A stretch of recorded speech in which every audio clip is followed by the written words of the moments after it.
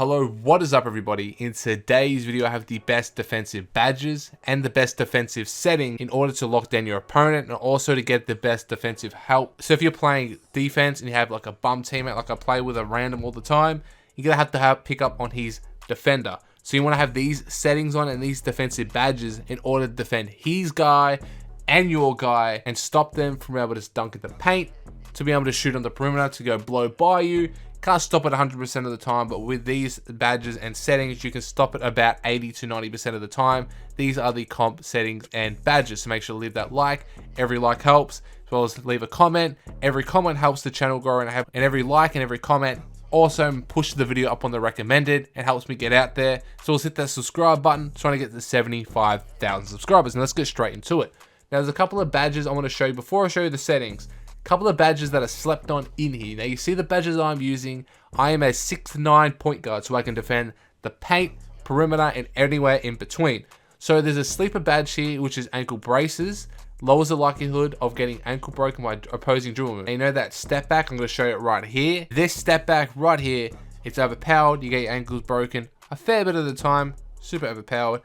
You want to have this badge on, which is ankle braces. It stops you from getting stumbling, bumbling all over your words. Like you're seeing a really hot model on the street, you want to go talk to her, you need ankle braces on to be able to have the confidence to stand there and talk to her. The same thing as playing defense. You need to have ankle braces just in case they have space creator, ankle breaker, whatever have you. So if they have bronze on that, bronze is the combatants. Silver, gold, Hall of Fame, you know what I mean? It combats it, tries to eliminate it. So try that badge out. Obviously glove, steals are very overpowered.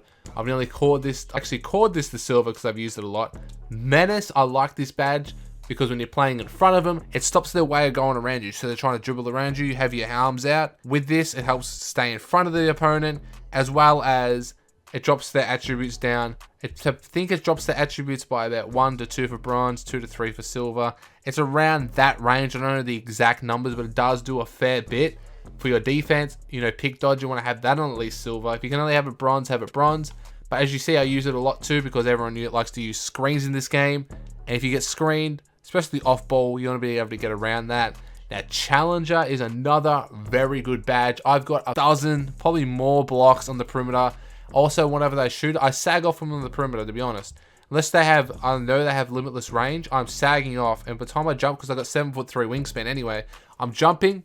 Guess what? I'm contesting them. Challenger pops up. They miss the shot. They either airball it or clank it that bad it goes out of bounds, or my teammate rebounds it. Now, Taste an Artist, useless badge. Don't even trust it. It doesn't even really do anything. Actually, I haven't got Workhorse on, which is a badge I really need. So I'm gonna put Menace down to silver and have Workhorse on. Workhorse, you already know how it works. When you get a steal or it's a loose ball, it gives your player an advantage to get there in time to be able to pick up the ball, otherwise going out of bounds, or you got to get the steal over the other player. You need that. Clamps, you already know what that does. Ride the hip. So they're trying to get around you, trying to baseline cheese you. Make sure to have clamps on just in case, or if they're trying to zigzag, bump cheese you. Interceptor. If you know how to read the lanes and steals, as you see right here, I know how to do it. So I have interceptor on silver. Steals are overpowered. Anchor. Again, I'm a point guard here, and I've got bronze anchor. I'm trying to get it cored to silver, so then it's free. But once I have an 87 block, be able to do it. If you have a 70 block, you get a bronze anchor. I recommend that if you're a 6'8" plus player, because anchor, as you know, whenever they try to drive in the paint, I'm there. I'm gonna chase. It actually works a lot. It actually gives me blocks, makes them miss a lot of shots because I'm intimidating them in the paint. So increase players' ability to block shots and protect the rim at a high level. I'm a point guard, I can protect it at a pretty high level with that. And that's basically all you need there for your center. Obviously you need box out beast, brick wall, and rebound chaser. You don't need menace. You don't need pick dodger most likely. You don't need challenger. And you don't need clamps either because you're not on the perimeter. But they are the best defensive badges in my opinion. Obviously everyone else's opinion differs. Obviously not everyone agrees with me, obviously, because it's a big game, there's millions of players on it, so you know what I mean, there's a lot of people who don't agree. Now we're going to go to the controller settings right here. Now the controller settings, you already know the best controller settings. You can just pause it on the video if you want. This is the one I'm talking about, the defensive assist strength. So if you're holding LT on Xbox or L2 on PS5 or PS4, doesn't matter, this is what it helps. So if you're holding that, you're playing defense. This is how much the AI helps you. So the AI is you basically. So when you're holding LT, you're holding it, either makes you slide too fast. Like if you do that animation where you're doing a lot of sliding animation, they get around you really easy.